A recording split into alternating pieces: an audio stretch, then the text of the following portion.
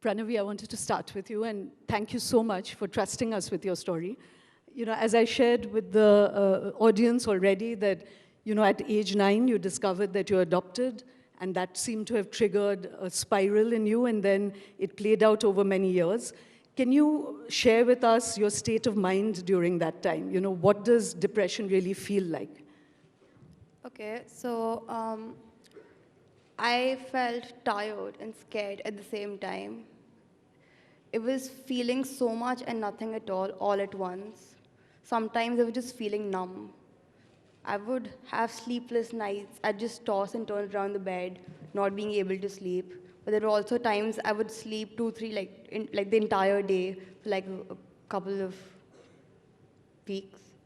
But like, if it was basically to escape the reality. That's what I feel, and it felt as if I'm walking on a thin rope, trying to balance myself while carrying heavy rocks. And I was scared. What if I fall? What if I crash? I felt as if I had millions of tangled wires inside my head. It was so messy and it was so disturbing. I wanted to untangle them, by each one of them, but then there were just too many, so I just gave up even before I could start. It was frustrating. I felt choked, I felt suffocated, and the pain was too much inside. So, Pranavi, you shared with me earlier that your mother was quite a supportive person, and yet you were self-harming, and this is something that bewilders a lot of people. That, can you share with us, what was the reason that you would, cut yourself? You're already in so much pain. Why were you then further cutting yourself? Okay, so I was in so much pain within, and I just couldn't take it anymore. Sometimes my body would feel numb.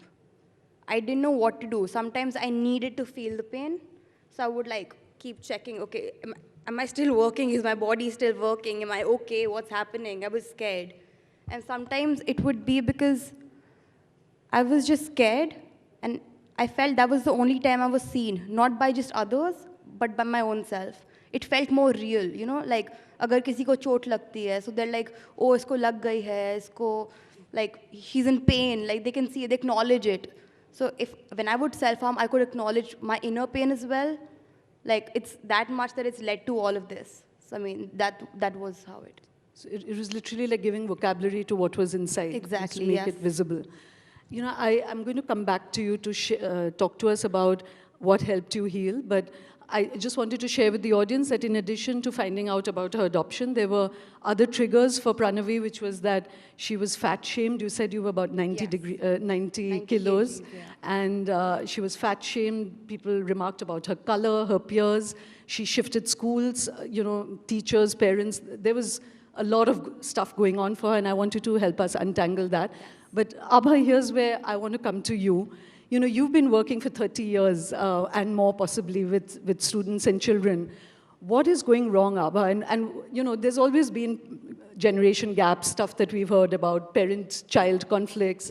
But in the last 10 years, what has escalated so much that we're seeing this phenomenon, this epidemic of teenage depression?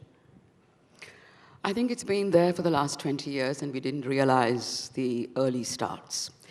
But I believe the last 10 years has really shown the impact of the kind of accelerated change that our society is going through.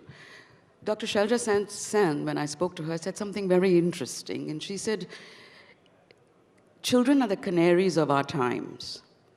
If children are broken, then society is broken. And looking at it from that perspective, I think we've fractured ourselves in many ways. We've given in to rampant consumerism.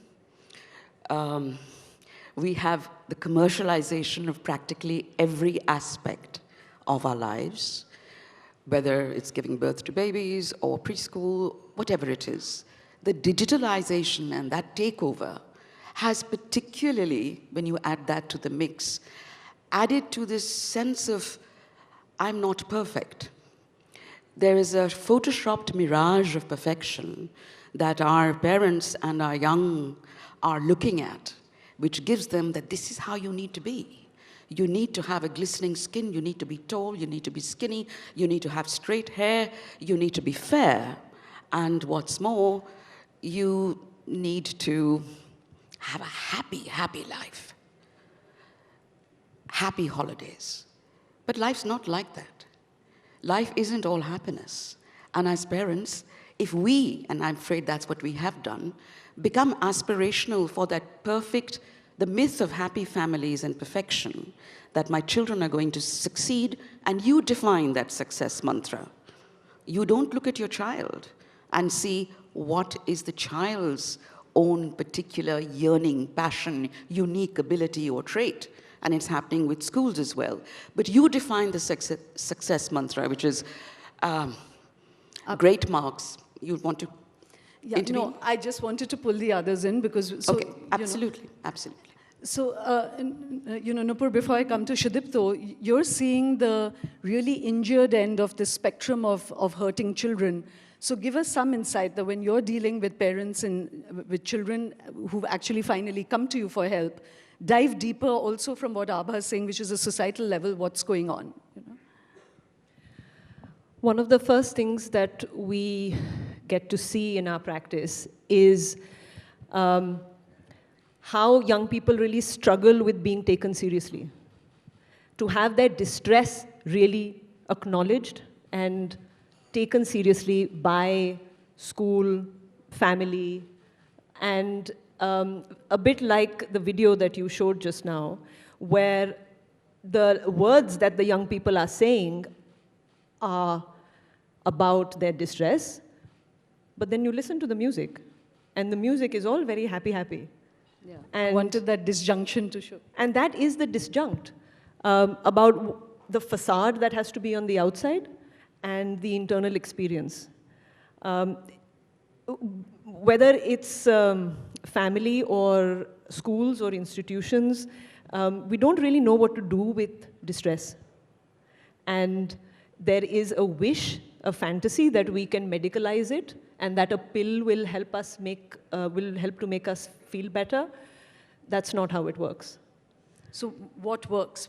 If you were to give us just one lever that everyone should have, what would that be? I'm going to actually connect to what Pranavi just said, which was to acknowledge that it's there. I'd say over 50% of the work we do day in and day out in our consulting rooms is listen. We listen to what the young people are saying. We zip our mouths, our opinions, which we have. We're not neutral parties. We come from our own history and prejudices even. And we were adolescents once, etc. But we listen. So I'm going to come back to both you and Abha. You've mentioned listening, and Abha also has an idea of the kind of parenting that over all these years she feels that one really needs to do. I'm going to come back to both of you. Sudipto, I wanted to pull you in here that, you've been a parent that's now seen both your children go through a journey of suffering. What has your experience been? Did you start from a position of blindness and bewilderment, and through this arc, where have you reached, which makes you a better support system for your children?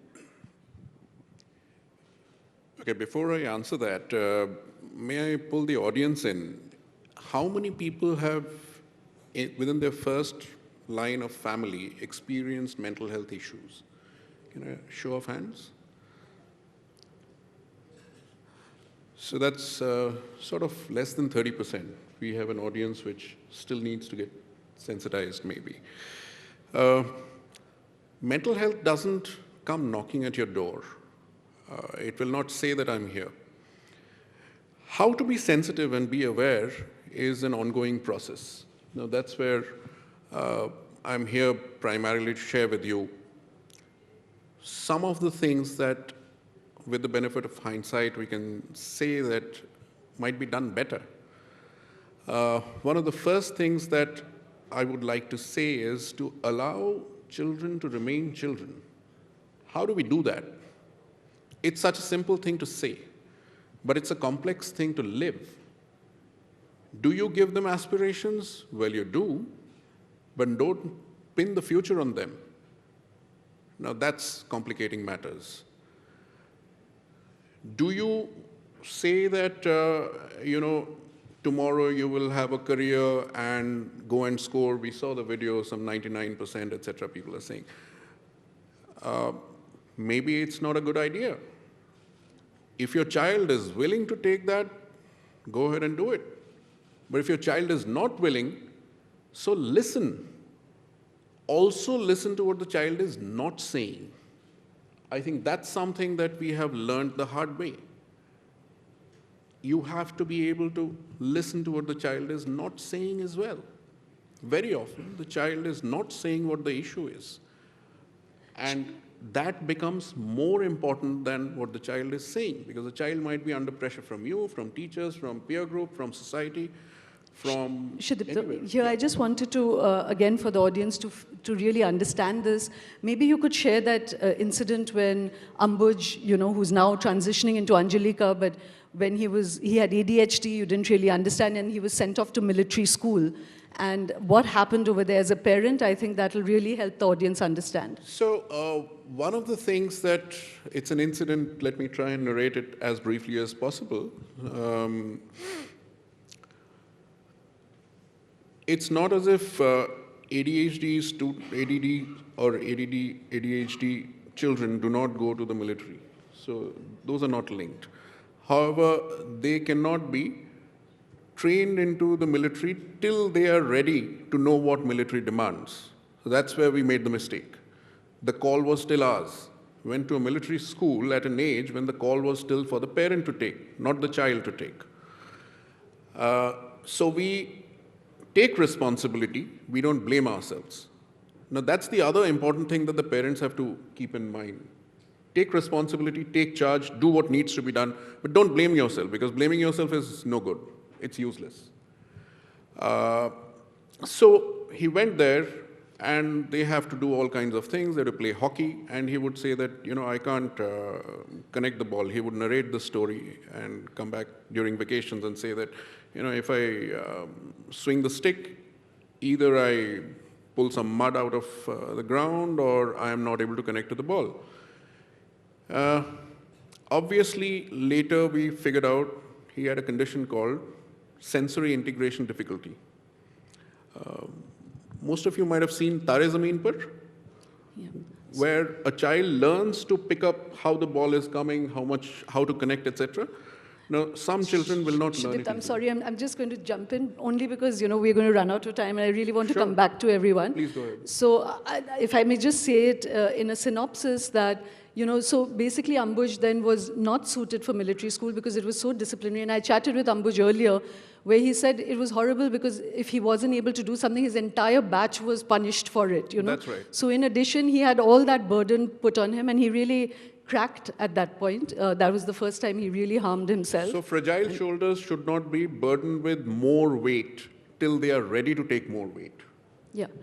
So I'm sorry I'm rushing you all. It's just that, these are big issues and we're sort of rushing this. But Pranavi, help us understand that, you went through this entire process, and today you're sitting here facing an entire audience. For someone who couldn't face yourself, what was it that helped you heal? I think therapy and medication combined helped me be the person I am today, helped me learn, helped me grow, helped me understand myself. Therapy taught me how to create space in my body to deal with and handle difficult feelings and emotions. It taught me how to create a tap in that overflowing patila of my anxiety. It taught me how to deal with my anxiety. So like I was told about an anxiety meter. So 1 was the lowest, 10 was a crash. So I was able to recognize, I was slowly becoming aware of where I was. And if I would ask for help immediately when I would see myself that if I was at a 3. So I think that helped me. And yeah, I have written something. Yeah, you want to share that? Yes. Very, very quickly. And also, you were saying that very often now you dialogue with it's not that there's no more anxiety in you, but you've learned a way of talking to yourself. Yes, exactly. You want to share that? Yeah, I would love to, yeah. So each time I get anxious or, I feel angry or throw a tantrum with my mom, for example, and I feel horrible about it. So I talk to myself. I talk to the inner child in myself. I tell it that I know that you're scared. I know that you're fearful. But it's okay. I'm here too now. I'm 22 years old. I can take charge. I don't want to abandon you. No, I don't want to. We can do collaborative work. I know you care for me, and I respect and value you. You are very valid. So I would talk to it, and I would really feel better, and I was able to activate my adult self. Right. Yeah. Pranavi, I'm going to come back to you to read that because, I haven't finished just Sure. plumbing all Yeah, of yeah. them. Abha, may I come back to you that, when we were chatting earlier, you zeroed in on two very important things that all society needs to do, which is to communicate and connect better. Those are big words, but is there any ingredients to that we can all take away? Differing temperaments, but is there some practice we can follow? Communication and connection at both the level at the home and the school. And I've seen that there's a breakdown in both. At the basis of communication is the fundamental need to accept. All of us want to be accepted for who we are and valued for what we bring, and to be respected.